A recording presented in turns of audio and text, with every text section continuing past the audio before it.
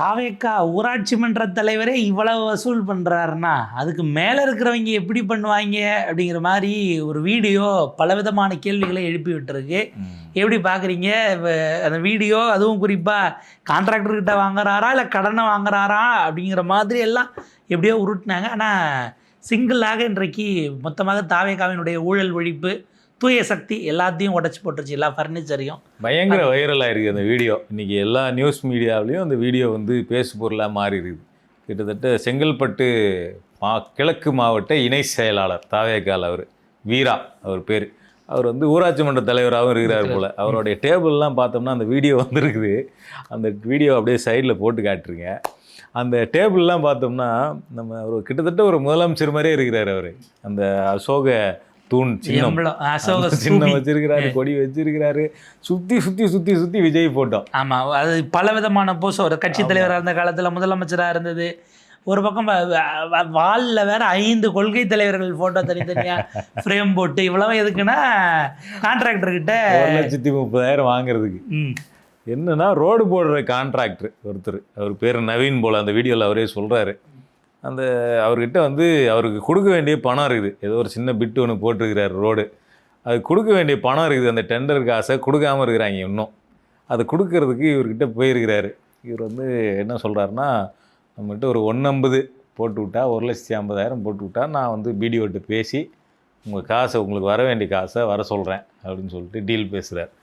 உடனே அவர் வந்து 1 லட்ச ரூபா வந்து ஜிபேயில் அனுப்பிச்சிடுறார். ஒரு 30,000 ரூபாயை கேஷாக கொண்டு போகிறார். இது எல்லாமே அந்த வீடியோவில் இருக்குது. உடனே 30 எவ்வளோ இருக்குது அப்படின்னு கேட்குறாப்புல. 30 ரூபா இருக்குதுண்ணே அப்படின்னு. 1 ரூபா கொடுத்துட்டேன், ஏற்கனவே 1 ரூபா ஜிபேயில் அனுப்பிச்சிட்டேன் சொல்கிறாப்புல. ஜிபேன்னு சொல்லாமல் ஏற்கனவே 1 ரூபா அனுப்பிட்டேங்கிறாரு. அது இல்லாமல் ஒரு 1.30 இன்னொருத்தர் அனுப்பினேன் ஜிபே ஸ்க்ரீன்ஷாட்டு தனியாக ஓடிக்கிட்டு இருக்கு. ஸோ 1.50 கேட்டால் என்ன 30 தான் கொடுத்துட்டு வரேன்னு என்ன பார்த்து செய்யணும் அப்படின்னு. சரி போ 1.30 வச்சுக்க, ஒரு 20 நான் கழிச்சிட்றேன் அப்படின்னு ஏதோ ஒரு ஃபீஸ்லேருந்து கழிக்கிற மாதிரி பெருந்தன்மையோட கழிக்கிறார். அதாவது இந்த டிடக்ஷன் கொடுப்பாங்க இல்லை, நீங்கள் வழக்கமாக ரெகுலராக பல்லு பிடுங்க வரீங்க, இங்கே தான் வரீங்க, அதனால் ஃபேமிலிக்கே பிடுங்கன்றதால ஒரு 10% குறைச்சி கொடுத்துக்கலாங்கிற மாதிரி ரெகுலர் கஸ்டமருக்கு கொடுக்குற மாதிரியான. அதில் பாருங்கள், அவர் இன்னும் எந்த அளவுக்கு தெளிவுனா, அண்ணே அப்படியே ஃபோன் பண்ணி சொல்லிடுங்கண்ணே. ஏன்னா நாளை பண்ணி நீங்கள் மறந்து விட்டு அப்புறம் அவர் தனியாக இன்னொரு வாட்டி கொடுன்னு கேட்டாங்கன்னு வைங்க அதிகாரிகள். அவர் ஃபோன் பண்ணி லவுட் ஸ்பீக்கரில் போடுறாப்புல, எல்லாமே ரெக்கார்ட் ஆகுது. பிடிஓவுக்கு ஃபோன் பண்ணுறாப்புல, பிடிஓ அசிஸ்டண்ட் ஒருத்தர் எடுக்கிறாரு. சார் பிடிஓ வந்து மீட்டிங்கில் இருக்கிறார் சார்னு.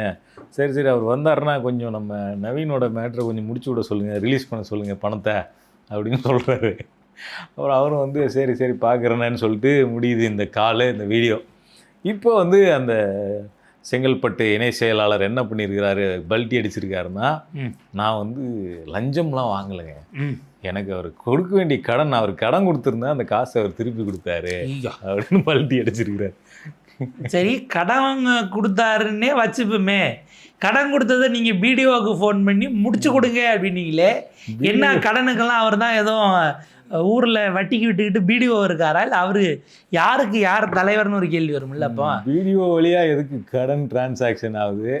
முடிச்சு விடுற அளவுக்கு பிடிஓ கிட்ட இருந்து நீங்கள் ஒன்று வாங்கிட்டீங்க, பிடிஓ கிட்ட இருந்து அனுப்ப சொல்கிறது என்ன பணம்? இப்போ வாங்கின கடனை திரும்ப கொடுக்குறாருன்னா 1.30 தான் கொடுக்குறேன், இன்னும் 20 சேர்த்து கொடுன்னு கேட்கறது என்ன கணக்கில் வரும்? இவ்வளோ தானே வாங்கினேன்னு தெளிவாக சொல்ல உங்களுக்கு தெரியாதா? போட்டு விட்டுருங்க அப்படின்னு சொல்கிறது என்ன பணம்? இல்லை, இப்போ வாங்கினவர் 1.50 வாங்கியிருந்தா 1.50 தான்டா வாங்கினில் நீங்கள் கேட்டிருக்கணும். 1.50 தானே வாங்கினீங்க, இன்னும் 1.30 தான் தரீங்க, படித்துறை பாண்டி அப்படின்ற மாதிரி. ஏழையாக இருப்பார், பார்த்து பரிதாபப்பட்டு ஒரு 20,000 ரூபா கழிக்க சொல்லியிருப்பாருன்னு நினைக்கிறேன், வாங்கின கடன் இல்லையா? சரிங்க, நீங்கள் கடன் கொடுக்குறீங்க இல்லை ஏதோ ஒரு பண்ணுறீங்கன்னா அரசு அதிகாரியை வச்சுக்கிட்டு ஊராட்சி மன்ற தலைவர் என்ன பிஸ்னஸ் அப்படிங்கிற கேள்வி வரும் இல்லையா? இப்போ இதுக்கு தான் என்ன நடவடிக்கை? தொடமாட்டேன், தொடவும் விட மாட்டேன், தொட்டவனையும் விட மாட்டேன் அப்படின்னு சிஎம். யாராவது உங்ககிட்ட லஞ்சம் கேட்டால் கொடுக்க மாட்டேன்னு சொல்லுங்க அப்படின்னு சொல்லாரு. ஆனால் கேட்டது தாவேக்கா நிர்வாகியாக போயிட்டாப்புல. இது நம்ம ஆட்சி, எங்கள் விஜயோட ஆட்சி, எங்கள் விஜய் ஆட்சி அப்படின்னு சொல்லுங்க அப்படின்னு சொன்னார். ஆனால் கேட்டவரே தாவேக்காவுடைய மாவட்ட பின்னாடி ஃபோட்டோ இருக்கே, யார் அவர்? இவரை தானே சொல்கிறீங்க? சுற்றி சுற்றி விஜய் ஃபோட்டோ வச்சுக்கிட்டே கேட்குறாரு. அது என்ன மாதிரியான சென்டிமெண்ட்டு?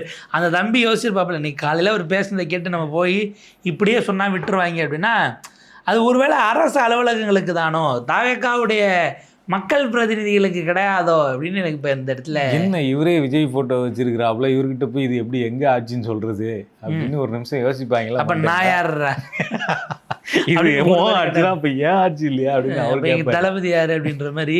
இல்ல நீங்க உங்களுக்கு அவரை தெரியுமா, அவர் உங்களுக்கு அண்ணனா, எங்களுக்கு யாரு, எங்களுக்கு அவர் பெரிய அண்ணையான்னாங்கன்னா என்ன ஆகுங்கிற கேள்வி இருக்குது. போனவங்க போயிட்டு திரும்ப வர முடியுமான்னு. அப்போ திரும்ப திரும்ப திரும்ப ஒரு விஷயம் கட்டமைக்கப்படுகிறது. அதாவது ஒரு முயற்சி இருக்கலாம், அது நல்ல எண்ணமாக கூட இருக்கலாம், ஊழலை ஒழிக்கணும் அல்லது லஞ்சத்தை நிப்பாட்டணுங்கிறது. ப்ராக்டிக்கலாக நீங்கள் சொல்கிறது உங்கள் கட்சிக்காரங்க முதல்ல கேட்பாங்களாங்கிறத நீங்கள் உறுதிப்படுத்திருக்கணும்ல. திரும்ப திரும்ப அமைச்சர் ராஜ்மோகன் பார்த்தீங்கன்னா கல்வி நிறுவனங்களுக்குள் நுழையக்கூடாதுன்னு இது வரைக்கும் எனக்கு தெரிஞ்ச ஒரு 4 வாட்டியாச்சும் மினிமம் சொல்லியிருப்பாப்புல. பேட்டியில் சொன்னது, பிறகு அறிக்கை விட்டது. அது காரணம் கோர்ட்டில் ஒரு கேஸ் வந்த பிறகு மொத்தமாக சிக்கல் ஆகக்கூடாதுன்னு சொன்னாங்கன்னே கூட வச்சுப்போமே. அதே போல் நீங்கள் ஆய்வுக்கெல்லாம் போகக்கூடாதுன்னு அமைச்சர் ஆனந்த் அவர்கள் ஒரு முறை நேரில் சொல்லி ஒரு முறை அறிக்கை கொடுத்து இவ்வளவுக்கு பிறகு இன்னமும் போயிட்டுருக்காங்க.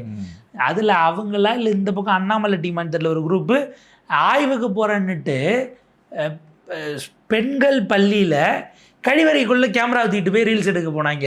அதெல்லாம் வந்து மன்னிக்க முடியாதது. அது இது ஆர்வ கோளாறில் அவங்க தரப்பு பண்ணது. யார் அண்ணாமலையோடைய யூனியன் அந்த டீம் ஒன்றுங்கிறாங்க. இன்னொன்று தாவேக்கா தரப்புல இப்படி அதை நாங்கள் ஆய்வு பண்ணுறோன்னு போனதாகவும் ஒரு செய்தி வந்தது. கழிவறைக்குள்ளே எங்கிட்டே ஃபோனை தூக்கிட்டு ரீல்ஸோட கேமரா விட போகிறீங்கிற மாதிரியான விஷயங்கள் இருக்கு இல்லையா. அப்போ அந்த அளவுக்கான ரீல்ஸ் வேகங்கிறது ஒன்று. இன்னொன்று நீங்கள் ரீல்ஸ் எடுக்க யூஸ் பண்ணுற ஃபோனை வச்சு நீங்கள் அமௌண்ட் வாங்குறத நாங்கள் கவர் பண்ண மாட்டோமாங்கிறது இருக்குல்ல. அப்போ அப்போ என்னென்னா அவர் லஞ்சம் அப்படிங்கிறதுனுடைய பொறுப்பு இருக்குல்ல, லஞ்ச ஒழிப்பு அப்படிங்கிற பொறுப்பை அவர் மக்கள்கிட்ட கொடுத்துட்றாரு. அவருக்கு இல்லை. சிஎம்மாக அவருக்கு என்ன பொறுப்புனா மக்கள்கிட்ட சொல்கிறது லஞ்சம் கொடுக்காதீங்க அப்படின்னு. ஸோ லஞ்சம் வாங்குறவங்க மேலே என்ன நடவடிக்கை, வாங்கினா என்ன நடவடிக்கைங்கிறத பற்றியெல்லாம் அவர் பொதுவில் பேசலை. கொடுக்காதீங்க, ஆனால் கேட்குறவர் தாவேக்கா நிர்வாகி என்ன பண்ண முடியும். இது ஒன்று. இதோட பார்த்தோம்னா ராஜ்மோகன் பற்றி நீங்கள் சொன்ன இல்லைங்களா, ராஜ்மோகன் பற்றி ஜூவியில் கழுகாரில் ஒன்று வந்திருந்தது. அவருடைய துறையில் அதிகாரிகள் லஞ்சத்தெல்லாம் ஒழிச்சிட்டோம், சிபிஎஸ்சி பள்ளிகளுக்கெல்லாம் 0 காஸ்ட்டில் என்ஓசி கொடுக்குறோம் அப்படின்லாம் சொல்லியிருந்தார் இல்லைங்களா. அவரோட துறையில் அதிகாரிகள் எப்படியெல்லாம் லஞ்சம் வாங்குறாங்க அப்படிங்கிறத பற்றி ஒரு டீட்டெயில்டான ஒரு இது கழுகாரில் கொடுத்துருந்தாங்க. இன்னொன்று சொன்னாங்க, இவர் பேசின அந்த நிகழ்ச்சிக்கே முன்கூட்டியே அவங்க ஒரு அமௌண்ட்டை வாங்கிட்டு தான் அவங்கள அந்த அமைச்சர் நிகழ்ச்சிக்கே என்ட்ரியே பண்ணாங்கங்கிற மாதிரியான ஒரு பார்வையும் ஒரு விமர்சனமும். ஆனால் அதில் என்ன ஒரே ஒரு ட்விஸ்ட் என்ன வச்சுருந்தாங்கன்னா, பள்ளிக்கல்வித்துறையில் லஞ்சம் தலைவிரித்து ஆடுது, ஆனால் அது அமைச்சருக்கு தெரியல. அமைச்சருக்கு தெரியாமல் அது நடக்குது, ஆனால் விகடனுக்கு தெரியுது. அதிகாரிகள் வட்டத்தை அமைச்சர் அவரால் அதை சென்ஸ் பண்ண முடியலங்கிற ஒரு விஷயமும் அதில் இருக்கிறது. அவரால் சென்ஸ் பண்ண முடியல, விகடனால் சென்ஸ் பண்ண முடியுது. விகடன் சென்ஸ் பண்ண முடிஞ்சதை அமைச்சரால் சென்ஸ் பண்ண முடியவில்லை அப்படிங்கிறது அதில் இருக்கக்கூடிய நமக்கு ஒரு முக்கியமான தகவல். அதில் நேற்றைக்குமே வேற ஒரு அந்த டோனில் ஒரு ஸ்டோரி எழுதியிருந்தாங்க. அமைச்சர் துறைக்கு போதுமான கவனம் கொடுக்காம முதலமைச்சர் நிகழ்ச்சிக்கெல்லாம் அவரு ஆங்கர் பண்ண போயிடுறாருங்கிறதுனால இங்கே பல விஷயங்கள் தேங்கி நிற்குதுங்கிற ஒரு விமர்சன கட்டுரையை வச்சுருந்தாங்க. பட் இங்கே செய்ய வேண்டிய ரோலை செய்யாமல் விடுறதுங்கிறதும் நீங்கள் கமிஷன் ஒமிஷன் அது இவங்க வாங்குகிற இந்த கமிஷன் இல்லை, பொதுவாக அதிகாரிகள் அரசியல்வாதிகிற கமிஷனை தாண்டி ஒரு விஷயத்தை நீங்கள் செய்யக்கூடாததை செய்கிறதும் உங்களுக்கு அஃபென்ஸ் தான், செய்ய வேண்டியதை செய்யாமல் இருக்கிறதும் உங்களுக்கு நெக்லிஜென்ஸ்குள்ளே வரும், டீரிலிக்ஷன் ஆஃப் டியூட்டிங்கிற அந்த இதுக்குள்ளே வருங்கிறதையும் நம்ம கவனிக்கணும். அடுத்தது இந்த வழக்கறிஞர் விஷயம், லஞ்சத்தில் அடுத்த பார்ட்டு அது படுபயங்கரமானது. அது நேராக பொதுச் செயலாளர் வரைக்கும் குற்றம் சாட்டினாங்க. சட்டத்துறை அமைச்சர் அப்படி எதுவும் இல்லைன்ட்டார். ஆனால் அந்த வழக்கில் என்ன அஃபிடவிட் போட போகிறாங்கிறது ரொம்ப முக்கியமானது. அதில் போட்டவங்க உங்கள் கட்சியில் இருக்கக்கூடிய வழக்கறிஞர். அரசு வழக்கறிஞர்களை நியமிக்கிறதுக்கு 5 லட்ச ரூபாலேருந்து 30 லட்ச ரூபா வரைக்கும் லஞ்சம் கேட்குறாங்க அப்படின்னு கேட்குறது யாருன்னா அரசாங்கத்தில் கேட்குறாங்க. இதில் புஷியானந்த் பேர் வரைக்கும் அந்த குற்றச்சாட்டில் வந்திருக்குது. இதை வச்சவர் தாவேக்கா வழக்கறிஞர் நிர்வாகி. இது ஒரு பக்கம். இன்னொரு பக்கம் காட்டுமன்னார் கோயிலில் தாவேக்காவினுடைய அந்த பகுதி மாவட்ட இணை செயலாளர், இங்கே எப்படி செங்கல்பட்டு மாவட்ட இணை செயலாளரோ அங்கே அவர் காட்டுமன்னார் கோயிலில் மாவட்ட இணை செயலாளர், தெற்கு கடலூர் தெற்குன்னு நினைக்கிறேன். அங்கே அவர் என்ன பண்ணியிருக்காருன்னா, இப்போ கொஞ்ச நாளைக்கு முன்னாடி தான் தமிழ்நாட்டில் இப்போ தான் முதல் முறையாக வண்டல் மண் எடுக்கிறதுக்கு அனுமதி கொடுத்துருக்குறாங்க விவசாயிகளுக்கெல்லாம் அப்படின்னு ஒரு நியூஸ் பரப்புனாங்க. அது ஒரு ஃபேக் நியூஸு. ஸோ அந்த நியூஸை வச்சுக்கிட்டு சரி வண்டல் மண் எடுக்க பர்மிஷன் கொடுத்துட்டாங்க, சரி நம்ம எதுக்கு சும்மா இருக்கணும்னு அவர் போயிட்டு, அவர் பேர் புலவேந்திரன்னு சொல்லிட்டு அவர் போயிட்டு அங்கே எடுக்கிற விவசாயிகள்கிட்ட 1,00,000 ரூபா கொடுங்கன்னு கேட்டிருக்கிறார். அதே மாதிரி வேலூரில் குவாரி போட்டவங்க கிட்டலாம் போய் ஒருத்தர் கேட்டு அப்புறம் அவரை அது ரொம்ப சிக்கலான பிறகு தான் அவரை சஸ்பெண்ட் பண்ணாங்க. குவாரி ஓனர்கிட்டலாம் போய் மாமல் கூட நட்டு கேட்டு எல்லாம் குவாரியே போட முடியாதுங்கிற மாதிரிலாம் அவர் பேசின வீடியோவும் வைரல் ஆச்சு. இப்போ மாமூல் வசூல் அப்படிங்கிறதெல்லாம் ஒழிக்கலையா கோபால் அப்படிங்கிற மாதிரி தான் நமக்கு கேள்வி. இதில் என்னன்னா இதெல்லாம் பண்ணுறது வந்து தாவேகாவை சேர்ந்தவர்களும் அவங்களுடைய நிர்வாகிகளும் பண்ணுறாங்க அப்படிங்கிறது நம்ம பேசின விஷயத்துலலாம் வந்து கம்ப்ளைண்ட்டு. ஆனால் வந்துட்டு ஆதவர்ஜுனா பொதுப்பணித்துறை அமைச்சர் என்ன பண்ணுறாருன்னா, எங்கேயாவது ஏதாவது டெண்டர்லேயோ இல்லை வேறு எதுலையாவது ஏதாவது ஊழல் புகார் லஞ்ச புகார் இருந்ததுன்னா உடனடியாக நீங்கள் தொடர்பு கொள்ளலாம் அப்படின்னு அவர் அறிக்கை விடுறார். ஆக்சுவலாக அந்த சர்க்குலரை வந்து அவங்க கட்சி நிர்வாகிகளுக்கு அனுப்பணும். யாராவது லஞ்சம் வாங்கினீங்கன்னா உங்களை வந்து நீங்கள் பதவியில் இருக்க முடியாது, ஜெயிலில் தான் இருப்பீங்கன்னு முதல் தாவேகா நிர்வாகிகளுக்கு அந்த சர்க்குலர் அனுப்பணும். அதை விட்டுட்டு இல்லை ஒரு விஷயம் இப்போ இப்படியான ஒழுங்கு நடவடிக்கை வருதுன்னா 2 ரோல் நம்ம கேட்கணும். அவங்கள கட்சியை விட்டு நீக்கிறதுங்கிறது ஃபைன். அதனால் வந்து மக்களுக்கு ஒரு பிரச்சனையும் இல்லை. நீ அவர் கட்சியில் இருந்தால் என்ன இல்லைனா என்ன, அவர்களின் மீது கட்சியின் சார்பிலேயே காவல்துறையில் புகார் அளிப்பீர்களான்னு ஒரு கேள்வி இருக்குல்ல. நீங்கள் நீக்கிறீங்க, ஒழுங்கு நடவடிக்கை அது கட்சியாக போயிடுச்சு, இப்படி ஒரு வீடியோ வருதுங்க, அது உண்மையாக போயான்னு பாருங்கன்னு நீங்களே போலீஸ்கிட்ட புகார் கொடுத்தா அது இன்னும் எஃபெக்டிவாக இருக்குமே. அப்போ அந்த மாதிரி எதுவும் சிக்காமல் ஒருவேளை அவங்களுக்கு இதில் விசாரணையாக அடுத்த கட்டத்துக்கு நகராமல் இருக்கும் அப்படின்னா வீடியோவில் மாட்டினதுனால மட்டும்தான் நடவடிக்கை, ஒரு 6 மாதம் கழிச்சு திரும்ப உள்ளே சேர்த்துக்கிறோங்கிற டோன் தான் நீங்கள் உள்ளபடியே சொல்லக்கூடிய ஊழல் லட்சத்தை ஒழிப்பதற்கான ஒரு இன்டென்ட் நம்ம எடுக்க முடியுமான்னு ஒரு கேள்வி வருது. இதெல்லாம் இங்கிட்டு போயிட்டுருக்கும்போது தான் அமைச்சர் ரமேஷ் அவர்கள் அவர் நேற்று ப்ரெஸ் மீட் வரைக்கும் வந்திருக்கிறாரு. பழனி கோயிலுக்கு சொந்தமான நிலம். இதில் ஒரு பேட்டர்ன் இருக்குது. இவங்க ஆக்சுவலாக பல நேரங்களில் ஒரு சம்மந்தமில்லாத அல்லது விஷயங்களை பிடிச்சிக்கிட்டு மெயின் விஷயத்தை டைவெர்ட் பண்ணுற வேலையை தாவேகா ரொம்ப தெளிவாக பார்க்குது.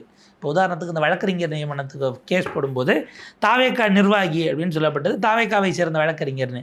அவங்க நிர்வாகி இல்லை. நிர்வாகினா என்ன பொறுப்பில் இருக்காங்க? கட்சியில் உறுப்பினர்னு அட்டையை எடுத்து காட்டினா உறுப்பினர் தானே, ஆன்லைனில் யார் வேணாலும் சேரலான்னு பொறுப்பை அவங்க என்ன பண்ணுறாங்க, திரும்ப திரும்ப கட்சிக்காரங்க நீங்கள் எப்படி சொல்ல முடியும், கட்சிக்காரன்னு எப்படி சொல்ல முடியுமாங்களே தவிர பணம் வாங்கினமா இல்லையா, வாங்கியிருந்தால் நடவடிக்கை எடுப்போமா இல்லையா, கோர்ட்டில் பாருங்கள், வாங்கினவங்களை தூக்கிட்டோம், இது எந்த பதிலுமே வராது. இப்போ அதே போல் அப்படி இல்லாதவங்களை இருக்காங்கன்னு சொன்னால் அது ஃபேக்சுவலி தப்பு தான். நம்ம அதில் சரி தவறுன்னு சொல்லலை. இப்போ நேற்றைக்கு அமைச்சர் ரமேஷ் அவர்கள் பேசியது அவருடைய சொந்தக்காரர்னு சொன்னது தவறு, ஃபேக்சுவலி அது தவறானது அப்படின்னா அவர் உள்ளபடியே சட்டப்படி எல்லா நடவடிக்கையும் அமைச்சர் எடுக்கட்டும். அப்படி உள்நோக்கத்தோடு அவர் மேலே சொன்னால் அது தவறானது, சட்டப்படி இது குற்றம், ரைட்டு. இப்போ விஷயம் அவங்க உறவினர் இல்லை என்பதை ஒப்புக்கொண்டு விட்டு 100 கோடி நிலம் அது பத்திரப்பதிவு செய்யப்பட்ட விதம், இதற்கு முன்பாக ஏறத்தாழ 3-4 அட்டெம்ப்ட் செய்யும்போது முன்னால் இருந்த அரசு அவர் வந்து நம்ம தடுத்துட்டோங்கிறார் அமைச்சர் அதில் பேசும்போது. 2025 செப்டம்பரில் அப்படி தான் ட்ரை பண்ணாங்க, அதுக்கப்புறம் 26 ட்ரை பண்ணாங்க, ஏப்ரல் மாதத்துக்கு முன்னாடி ட்ரை பண்ணாங்க, அப்போல்லாம் நம்ம அதை வந்து ரெஜிஸ்டர் பண்ணாமல் தடுத்துட்டோன்னாரு. பார்த்தீங்களா, அந்த நம்மங்கிறது நம்ம இல்லை, முன்னாடி இருந்த அரசு நிர்வாகம் தடுத்ததுன்னா கூட அது ஓகே, நீங்கள் நம்மன்னு கிளைம் பண்ணும்போது அது அப்படி வருமாங்கிற ஒரு சந்தேகமாக அதனோட சேர்ந்து வருது. அப்போ 100 கோடி ரூபாய் மதிப்பிலான நிலம், அதை வந்து பத்திரப்பதிவுக்கு பல முறை முயற்சி செஞ்சு போதுமான டாக்குமெண்ட் இல்லைங்கிறாங்க. அது 1880s சார்ந்த டீடுங்கிறாங்க, 1880களுடைய அந்த சமயத்து டீடுங்கிறாங்க. அதாவது அந்த சமயத்தை பத்திரம் அதனுடைய கொடுத்துருக்குறாங்க, அந்த டொனேஷனாக கொடுத்துருக்குறாங்க அந்த மடத்துக்கு அந்த நிலத்தை, அதை யாருக்கும் விற்கக்கூடாது மாற்றக்கூடாதுன்னு சொல்லியே தான் அதை கொடுத்துருக்குறாங்க. அப்போ அந்த டீடை இருக்கிறத மாற்ற வராங்கன்னா இதில் மாற்ற வர்றது அவங்க ஃபோர்ஜரி பண்ணுற இன்டென்ட் இருக்குது, ரைட்டு. இந்த ஒரு நாள் அல்லது இந்த ஒரு டீட் நடந்த அன்னைக்கு மட்டும் ஒருவரை நீங்கள் அந்த இடத்துல துணை சார் பதிவாளராக அங்கே ரெஜிஸ்டராக கொண்டு வந்து சப் ரெஜிஸ்டராக போட்டு அதை நடத்திட்டு திரும்ப ஒரு பழைய பணிக்கே போகிறாருன்னா அந்த இடம் சந்தேகத்துக்கு உரியதாக இருக்கிறதுங்கிறது. கொடைக்கானல்லேருந்து பழனிக்கு வந்துட்டு திருப்பி கொடைக்கானலுக்கு போயிட்டார், இடையில வந்தது ஒரே நாள், அன்னைக்கு ஒரு நாளில் லேண்டு மாறிடுச்சு. அது என்ன சிங்கிள் டே டியூட்டியெல்லாம் வழக்கமாக நம்ம மக்கள் அதுக்கு வந்து பேர் சொல்லுவாங்களே ஆக்டிங் டியூட்டின்ற மாதிரிலாம், ஒரு நாள் முதல்வர் மாதிரி ஒரு நாள் சார் பதிவாளரா அப்படிங்கிற கேள்வி இருக்குது. இந்த ஒன்றுத்துக்கு இப்போ நீங்கள் அவர் மேலே நடவடிக்கைனா இது அவரோட மட்டும் சரியாக நின்று போயிருக்குமா? ஏன்னா நீங்கள் இவ்வளோ பெரிய விஷயத்த வெறும் ஒரு சப் ரெஜிஸ்டார் மட்டுமே செஞ்சுருக்க முடியுமா? அவருக்கு அங்கே ரேட்டு தெரியாமல், அதாவது என்ன மதிப்புக்கு ரேட்டு போகுது பிளாட்டுன்னு இப்போ, ஏன்னா அவர் கொடைக்கானல் இல்லையா, பழனியில் ரேட்டு தெரியாது இல்லையா, அதனால் 50 மடங்கு கம்மியாக இருந்தாலும் பதிவு பண்ணி கொடுத்தாருங்கிறதுல நீங்கள் உள்ள 1 கோடி ரூபா லேண்டை 2 கோடிக்கு ஒருத்தன் வாங்குறான்னா நீங்கள் எப்படி வந்து அதில் வில்லங்கம் இருக்குதா இல்லையான்னு பார்க்காம அதை ஆராய்ச்சி பண்ணாமல் எழுதி கொடுப்பீங்கன்ற ஒரு கேள்வி இருக்குது. அப்போ இல்லை அது என்னங்க ஏதுங்கிறது வழக்கமாக. இப்போ நான் புதுசாக போகிறேன் எனக்கு தெரியாதுன்னா அங்கே வேலை பார்க்குற விஷயம் தெரிஞ்ச ஒருத்தர்கிட்ட அது என்னென்னு ஆக்சுவலாக இந்த ஒரு நாள் போகிறவங்களாம் பெரிய டிசிஷன் எதையுமே பேசிக்கலி எடுக்க மாட்டாங்க. நாளைக்கு தான் அவங்க வந்துட போகிறாங்களே, நம்ம ஒரு நாள் வந்து எதையா பண்ணி விட்டுட்டு இதாச்சு அதாச்சும் நம்மளை குறை சொல்லுவாங்கன்னு பெருசாக எதையும் செய்யாமல் சும்மா ஒரு நாள் வந்தோம் இருந்தோம் கையெழுத்து போட்டு போயிடும் தான் இருப்பாங்க. ஆனால் இங்கே அது நடக்குதுன்னும் போது தான் இது வெறும் அவரோட மட்டும் நிற்குமா அந்த பக் அப்படிங்கிற கேள்வியை பலரும் எழுப்புறாங்க. அப்போ இது குறித்து விரிவான விசாரணை வேணுங்கிற கோரிக்கையும் நமக்கு அந்த புள்ளியிலிருந்து தான் வருது. அப்போ அதற்கு நீங்கள் உட்பட வேண்டும். இதை வெறும் இந்த சார் பதிவாளரோ அல்லது அதை செஞ்ச இந்த சீட்டிங் கும்பல் இதோட மட்டும் முடிச்சிடாமல் இதற்கு பின்னால் ஒரு பியூரோக்ரஸியினுடைய உதவி இல்லாமல் நிச்சயமாக செய்திருக்க முடியாதுங்கிற பார்வை, அதை இன்னும் வெளிப்படைத்தன்மையோட இந்த அரசு எதிர்கொண்டால் சிறப்பாக இருக்குங்கிறது தான் விஷயம். இப்போ எனது திரும்ப அவர் ரிலேட்டிவ் இல்லைங்கிறாங்க, அதை திரும்ப 1 கோடி ரூபா லேண்டு 2 கோடி ரூபாய்க்கு போயிருக்குது அப்படின்னா 98 கோடி ரூபாய்ங்கிறது பார்ட்டி ஃபண்டா அப்படிங்கிற கேள்வியை எதிர்கட்சிகள் கேட்க ஆரம்பிச்சிருக்கிறாங்க. அப்புறம் நீங்கள் விதைச்சதுன்னு திரும்ப வருங்கிற மாதிரி அது ரிட்டன் வரும் இல்லையா? அப்போ இதில் எதெல்லாம் பார்ட்டி ஃபண்டு, எதெல்லாம் லஞ்சம், எதெல்லாம் ஊழல், இது இவ்வளவு நேற்று நடந்து முடிஞ்சால் இன்றைக்கி காலையில் டிவிஎஸ்சி சார்பில் இலவச வாட்ஸ்அப் எண், அரசு அலுவலகங்களில் லஞ்சம் என்றால் நீங்கள் இதை வந்து இந்த எண்ணுக்கு தொடர்பு கொண்டு உரிய புகாரை யார் வேண்டுமானாலும் தெரிவிக்கலாம்னு ஒரு 10 டிஜிட் நம்பரை போட்டு எல்லோருக்கும் ஆடும் காலையில் கொடுத்துருக்குறாங்க. எல்லாமே சரி செய்யப்பட்டது. அவ்வளோதான். இப்போ அதுதான் ரொம்ப முக்கியமானது. ஆனால் இன்றைக்கி என்ன நம்முடைய தெரிந்தவர்கள் தோழர்களாக தான் இருக்கிறாங்க. காலையில் என்ன பிரேக்கிங் ஓடுதுன்னா, இன்று வழக்கமாக வரக்கூடிய ட்ரெஸ் கோடை மாற்றி நீல சட்டையில் செக்ரட்டரியேட் வந்தார் முதலமைச்சர். காமராஜருடைய பிறந்தநாளுக்கு பூ தூவும் போது டார்க் ப்ளூ கலர் ஷர்ட்டும் வழக்கமாக அந்த black coat white black pant இல்லையா, நீ ஷர்ட்டு கலர் மாறிடுச்சுங்கிறது ரொம்ப அப்படி உவகையோடு அதை எடுத்து செக்ரட்டரியேட் பார்க்கக்கூடியவங்க இல்லை மற்ற ரிப்போர்ட்டர்ஸ் போடக்கூடியதையும் பார்க்க முடிந்தது. அப்படி தான் ஓடிக்கிட்டு இருக்கு இது இந்த சூழல். மேபி ஒரு வகையில் நம்ம கவனிக்க வேண்டியது, நீங்கள் அரசியல் ரீதியிலாக அமைதியாக சில நேரங்களில் கடந்து போவது உங்களுக்கு பலமாகலாம். ஆனால் அரசாங்க ரீதியிலாக ஒரு கவர்னன்ஸ் ஹெட்டாக இருந்து அப்படி போகிறதுங்கிறது அது வந்து மக்களுக்கு கூடுதல் சஃபரிங்ஸை தான் கொடுக்கும். அவர்களுக்கு இன்னும் கூடுதலான நெருக்கடிகளையும் சிக்கலையும் தான் கொடுக்கும்னு நம்ம பார்க்க வேண்டியிருக்கு. பார்ப்போம் இது என்னவா போகுது எப்படி வருதுங்கிறது.